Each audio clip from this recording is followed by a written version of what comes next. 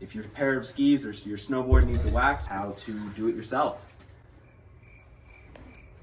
Supplies that you're gonna need if you want to wax your board at home. You need a block of wax. We use Purl Wax. You're gonna need a waxing iron. You can even use a clothes iron as long as you don't want to use it for clothes anymore. A scraper and a brush.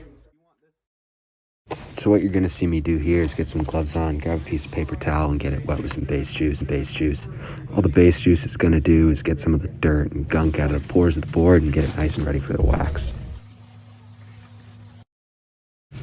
Next, you'll see me base grind the board to get out any minor scratches and to give it a nice profile for the wax to stick to.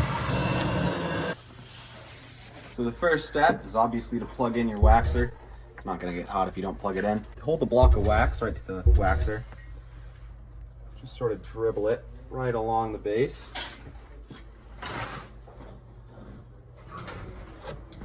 Once you've done that, just use the waxing machine, the waxing iron, just sort of spread the wax all across the board.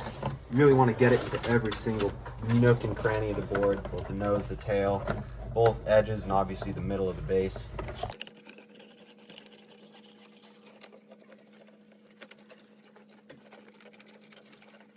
So once you're done spreading the wax around, you can see we did here, you're going to want to let it cool for a few minutes. Just let the base really soak up that wax. You grab your scraper. Most of them you'll get are going to be about this size, but we get the big ones here. You just want to go to town getting some of that wax off so you don't have it caked on there too much. So once you're done scraping, obviously I'm just giving you guys a little example. This is what you're going to want it to look like. Before you start scraping, it's going to look a lot more like this. You can see you got some really deep streaks of purple. All that the scraping is doing is just getting those off so that you have a nice smooth base for when you're going over the snow. Now we're done scraping it. I'm going to take this little brush. I'm using this to buff off some of the excess wax. I'm not doing circles, instead I'm doing straight lines. Just going to add some nice little grooves into the new wax we put on.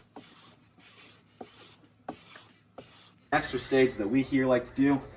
So we use this, it's just wax wool. It's a lot like steel wool. This is just gonna add that extra little shine and even smaller micro scratches into the wax, making it nice and extra shiny, extra fast. That's all you gotta do for waxing your own board at home.